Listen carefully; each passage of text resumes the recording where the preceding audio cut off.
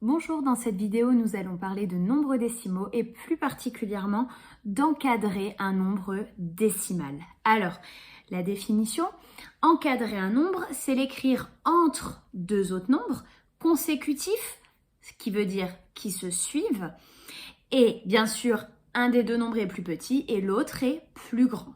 Par exemple, si je prends 3,5 et que je veux l'encadrer entre deux nombres entiers qui se suivent, eh bien, si j'ai un peu de difficulté, je peux regarder ma règle. Donc, je prends ma règle et je regarde 3,5 et je regarde que 3,5 est entre 3 et 4. Et donc, je peux compléter que c'est entre 3 et 4. Mais ça, vous n'aviez pas besoin de la règle probablement pour le faire. Alors, regardons maintenant ce qu'il en est pour ce nombre-là, 17 tiers. 17 tiers, c'est une fraction, c'est donc un nombre. Par contre, une fraction, c'est aussi une opération. Et oui, c'est la division.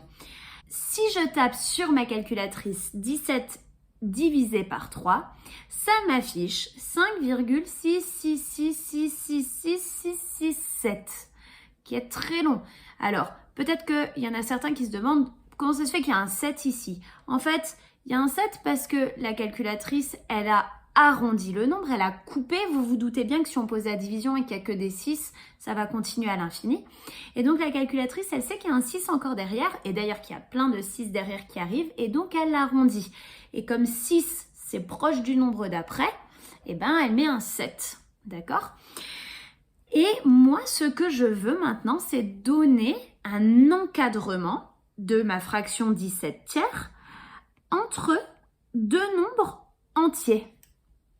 Alors, puisque c'est 5, quelque chose, ça va être entre 5 et 6. Et on dit qu'on a encadré à l'unité près. On est allé entre deux nombres qui s'arrêtent au chiffre des unités. Maintenant, je peux recommencer et demander à encadrer pas entre deux nombres entiers, mais entre deux nombres qui vont jusqu'au premier chiffre après la virgule.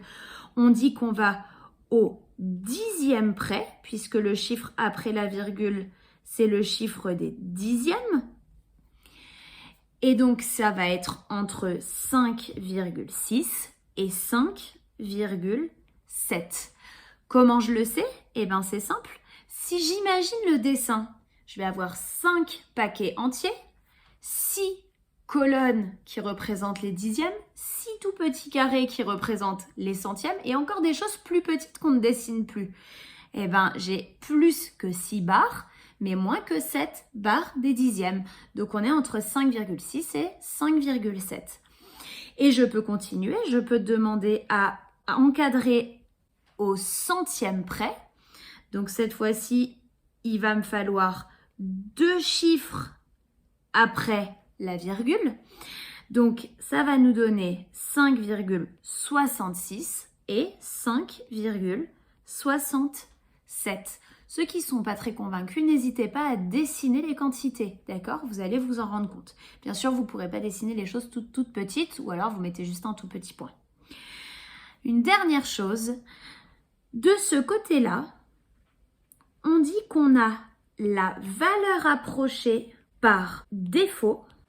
Défaut, c'est quand il manque quelque chose. Et donc, effectivement, on a pris un peu moins que le nombre. Donc, il manque quelque chose. Et de l'autre côté, on a ce qu'on appelle la valeur approchée. Cette fois-ci, on a des choses en trop. Alors, quand on roule trop vite sur l'autoroute, on dit qu'on fait un excès de vitesse. Et bien là, on a la valeur approchée par excès. Voilà, j'espère que c'était clair. Bon courage pour les exercices.